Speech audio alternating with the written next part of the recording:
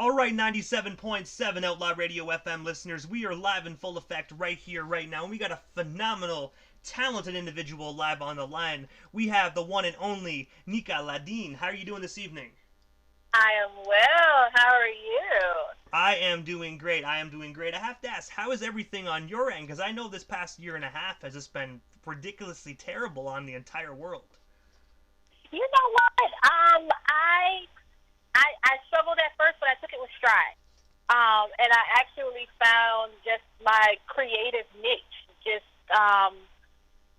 being alone. I think being alone time was what really helped me to get some of the energy that I had onto paper and into the mic. So I didn't see it as such a negative thing. I kind of pulled the positive from it. So.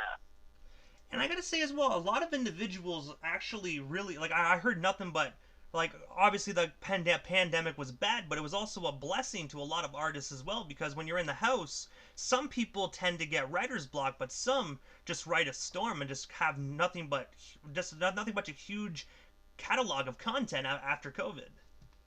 Exactly. And the thing is, I think with a lot of artists, because when the world was open, I would say, you're on the move so much that it doesn't give you time to think. And so having no other choice but to sit in the house and the government is telling you, hey, like, you can't go out and be mindful of going out and everything, is kind of like, okay, while I'm here, what do I do? So yeah, a lot of us just poured our hearts into the paper, took the pen and poured our hearts into paper. And I mean, one of the things that I said at the very beginning of the pandemic, I was like, this is a renaissance period. This is the time you're going to see some of the most beautiful you're going to hear the most beautiful music. You're going to see the most beautiful pictures, and you're going to see people creating art that you've never seen before. And so I think we're starting to see the residual and the results of that. And also as well, I have to ask you, because it's taking you back to the beginning of your amazing musical career, I have to ask you, what actually inspired you and sparked you to actually get into the music industry initially? So I have to admit, I've been singing since I was a kid, and getting into the music industry was something that didn't really spark my interest until probably about a year and a half ago, almost 2 years ago, I would say. I met a producer, and the producer would have me at the studio, and he kind of was the one who kind of threw it out there. He's like, you can do this professionally. Like, I was writing music for him, and he was like, you can do this professionally. And I laughed it off. I was like, I'm not doing this professionally.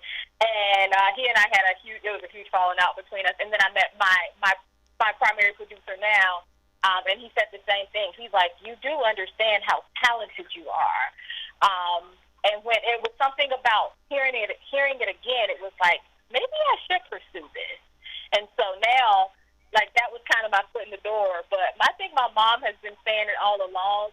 She's like, why don't you just sing? Like, why don't you just write and sing? And like, I'll figure it out one day. And here I am now with my foot in the door. So.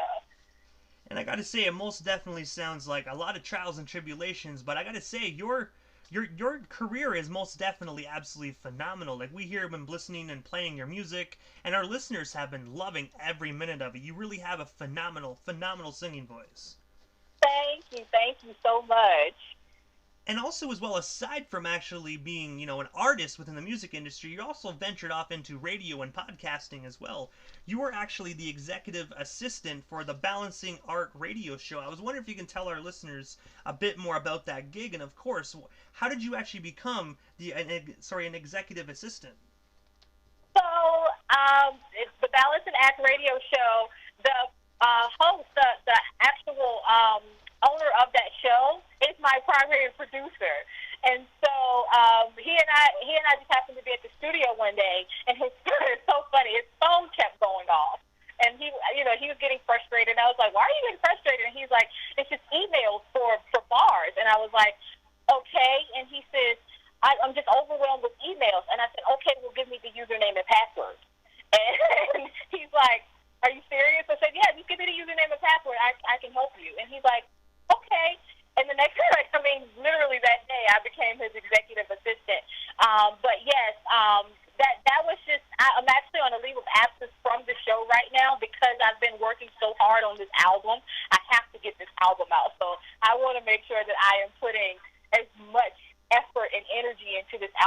possibly can. In addition to that, I do have my own podcast, which is starting back up here really, really soon. It is called Energy as well, but it is an acronym.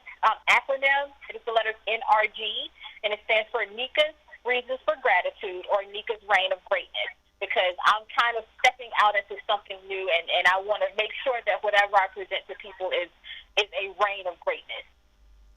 And also as well, when you said it's actually coming back here soon, that was actually one of my next questions. So if you don't mind me asking, where can our listeners actually find the archive of your podcast Energy, also known as, like you said, NRG? So they are all of those are archived on my Facebook page. They're on my personal Facebook page. If you search Nika Ladean on Facebook, you should get two pages that pop up. One of them is my artist page. The other one is my personal page. Everything on my personal page is public. So, I mean, if people want to go and check them out, you can always go back. I usually am, bringing something in, talking about something that I'm grateful for. Usually I end with something that I'm grateful for. But typically I'm kind of just projecting how my day is going, just some thoughts that are in my head. There was one episode I had my mom and my dad join me. My mom is actually healing from stage 4 colon cancer, so I wanted her to express how she was formally diagnosed with colon cancer and what people can do to prevent colon cancer and how they can catch it early, and the importance of getting a colonoscopy and things like that. But typically it is really about how to manifest things into your life, how to be grateful for what you have already, how to be grateful for what you don't already have, and see it come into your life before it gets there. I wanted to make sure I focus on gratitude more than anything. So. And I gotta say as well, nothing but prayers go out to your family during this difficult time. But I gotta say, it is a phenomenal thing that you are actually doing. Thank you. But also as well, as you already know, we got connected through the ever so amazing MJ's Hip Hop Connects. I was wondering, how did yourself and Marissa initially get connected? And of course, what is it like working alongside her? Okay, so actually, MJ, I got connected to MJ through the Balancing Act radio show. So, being the executive assistant of the show, MJ would throw a lot of artist names our way. Hey, is it possible we can get an interview? And so I was usually the one who was scheduling those interviews. So when I myself decided to put a single out, my producer said, "Hey, why don't you reach out to MJ?" Actually, I take that back. MJ was the one who I think she said, "Hey, let me know when you're ready." And I was kind of like, "Ready for what?" And then my producer said, "Hey, why don't you reach out to MJ?" And it just fell into place. And I will tell you, MJ is one of the hardest working people I have ever met. And she is when I say she is on point, she is on point. There are days where I might, and no disrespect to anyone, there might be days where I forget I have an interview, and she'll be like, "Hey, don't forget tonight, 8:30, such and such." And I'm like, "Yes, thank you." So she is amazing, and I don't know what I would, as far as this musical journey, I don't know what I would do without her. And I gotta say as well, and I'd say this all the time, but I'm not just saying this because she is the radio station's sponsor, but she actually is a phenomenal individual, and she even keeps the radio stations on their toes as well, believe it or not. She most definitely is probably one of the best and most easiest publicists I've ever dealt with. Like, I've dealt with some great publicists, and I've dealt with some nightmares. It's the music industry, but MJ is one of those individuals that I will always say is definitely one of the best. I recommend her to any artist, whether they're famous, they have a Grammy, or they're just starting out. Absolutely, and I will tell you, when I first put Energy out, I had a few publicists reach out to me, and they were throwing prices out, throwing numbers out, and of course, like I said, I looked at those numbers and I was just kind of like, and there was something that didn't feel right about the vibe for me. And when AJ said, "Hey, why don't you think about MJ?" And I was like, "You know what? I can't think of anybody else I'd rather work with anyway, because I actually, at this point, because of working with her with bars, I've developed a sense of trust in her. So, hey, I don't mind. I don't mind at all working with MJ, and it worked out perfectly. I've been working with MJ for a few months now, and I can't think of anything better. You know, anybody's better, I'd rather be working with. So. And also as well, you have actually done some phenomenal work with the artist by the name of R. Relic. I was wondering, how did yourself and Relic get connected? And of course, what is it like working with another fellow talented artist like him? Believe it or not, R. Relic is one of my producers. I have a whole production team, and he just happens to be one of my producers. But R. Relic and my producer, AJ Throwback, are friends. They have been friends for years, and AJ Throwback actually produced R. Relic's first album. So I think that's how it happened. He produced his first album. So with AJ and I being friends, I actually met R. Relic through AJ. And when somehow he knew that, I think I call him Ransom. I don't like calling him R. because it's just weird. But Ransom heard that I could sing, and he had already written Fire and Brimstone, which is the single that just came out 2 weeks ago. But he wrote Fire and Brimstone, and he didn't have a hook for it. He reached out to AJ to write a hook for it, and AJ was like, fine. And he's like, do you think Nika could sing whatever you write?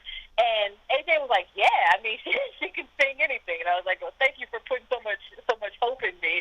But AJ didn't write the hook. So Ransom reached out to me, and he's like, hey, I want you to sing this hook. And I said, fine. And he's like, can you write it? And I was like, okay.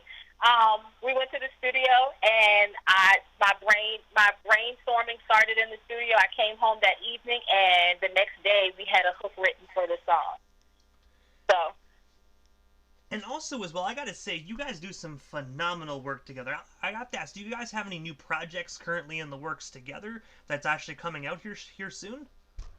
So the next single, which is actually being released on Friday, it is called Image This Moment. It is myself, and it's featuring R. Relic. He has a whole 16-bar verse on this song.